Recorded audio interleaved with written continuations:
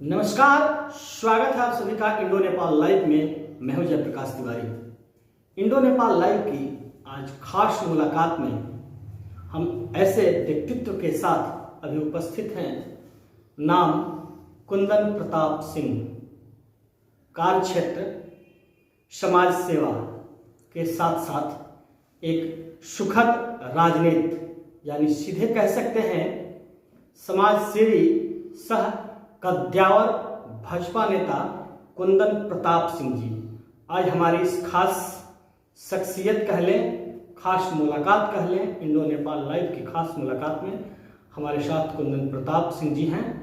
आज इस दौरान हम जानते हैं कि समाज के लिए कुंदन जी क्या हैं, समाज के लिए कुंदन जी कितना सोचते हैं, अभी तक लगातार समाज सेवा की तरफ कितनी अग्रसर हैं, समाज को कितनी बेहतरीन और बेहतर बनाने की सोचते हैं। तो सीधे चलते हैं, इस दौरान हम जानते हैं कुंदन प्रताप सिंह जी के कि सबसे पहले वो अपने व्यक्तित्व के बारे में।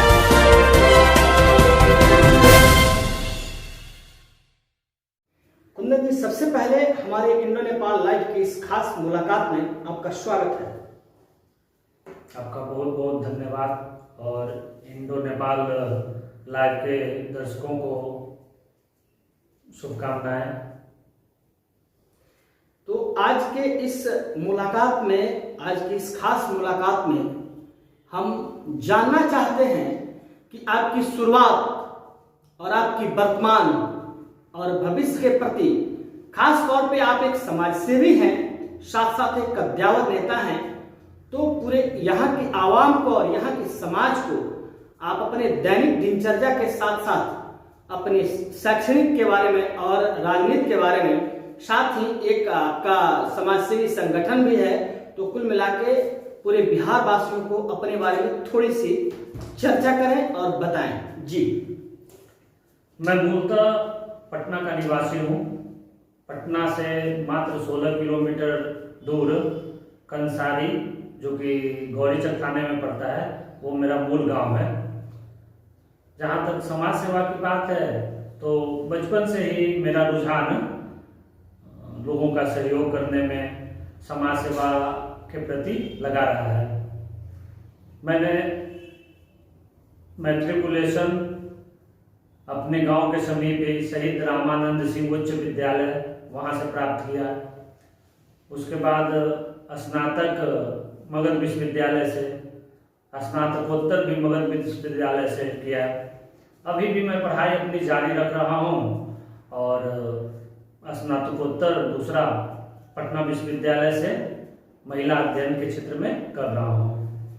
मैंने ऐसा समझा कि जब सामाजिक जीवन में, सामाजिक परिवेश में मनुष्य है और राजनीतिक सोच के साथ आगे बढ़ना है, तो इस देश की आधी आबादी के विषय में भी हमें जानना और समझना अति आवश्यक है।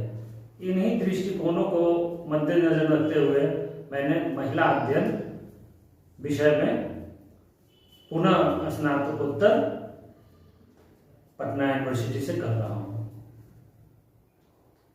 और आपकी एक संगठन भी है, जो शायद एनजीओ है, वो समाज सेवी संगठन है। तो उसके माध्यम से आप क्या बताना चाहते हैं समाज को, समाज के लिए कितना अच्छा है आपका एनजीओ और समाज के किन किन वर्गों के लिए काम करता है, खासतौर पर इसका वर्ग क्या है?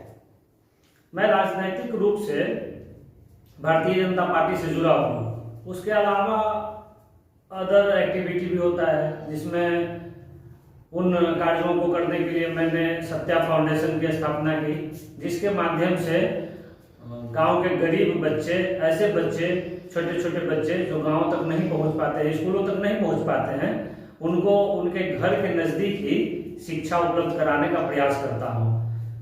इस फाउंडेशन के माध्यम से अन्य जगहों पे, जहां जहां हनुमान मंदिर है, उन जगहों पे मैं सुंदरकांड पाठ की सुविधा मुहैया हो, इस प्रयास में लगा रहता हूँ।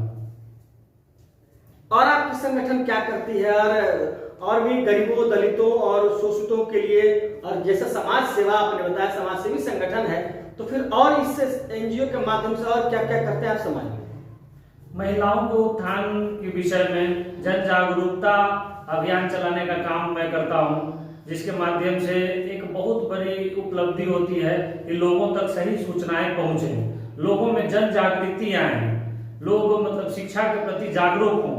ऐसे परिवार जो अपने बच्चों को छोटी आयु में ही नौकरी में लगा देते हैं या पैसा कमाने के प्रति प्रेरित करते हैं, वैसे गार्जियंस को मैं शिक्षा के महत्व को समझाने का प्रयास करता हूं और उन्हें ये बतलाने का कोशिश करता हूं कि अपने बच्चों को आप स्कूल भेजें, क्योंकि शिक्षा ही एक ऐसा माध्यम है जिससे आप पूर्णतः मतलब अपने स्थिति को बदलाव ला सकते हैं।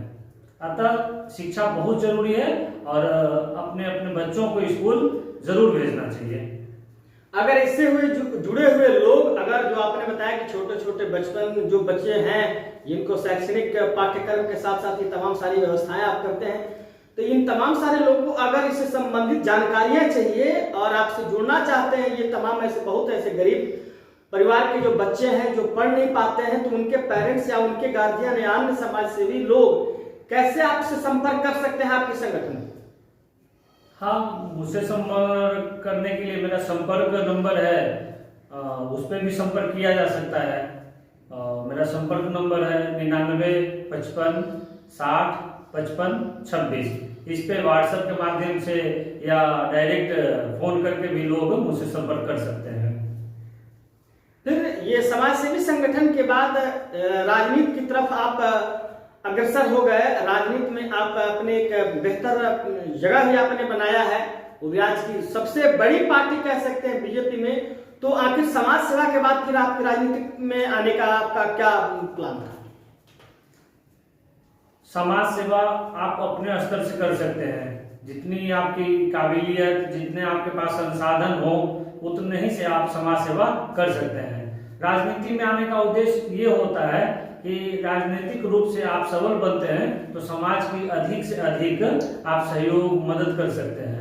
इन्हीं उद्देश्यों को मद्देनजर रखते हुए मैं 2002-03 में ही भारतीय जनता पार्टी के प्राथमिक सदस्य के रूप में मैं इस पार्टी से जुड़ा।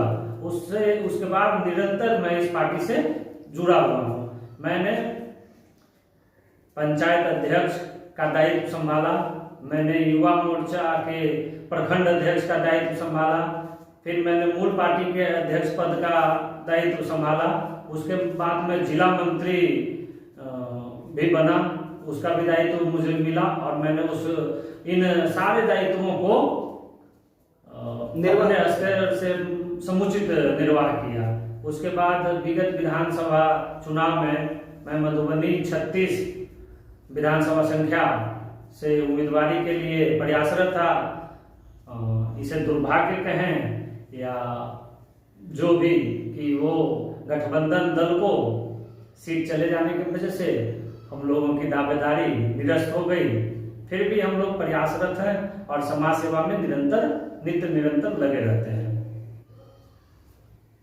यानी सीधे ये थे आज की इस खास मुलाकात में हमारे साथ कुंदन प्रताप सिंह जी, जो आज की इस खास मुलाकात में अपने बारे में इन्होंने बताया कि सबसे पहले ये अभी भी शिक्षा में ये कार्यरत हैं, यानी अभी भी इनकी पढ़ाई जारी है।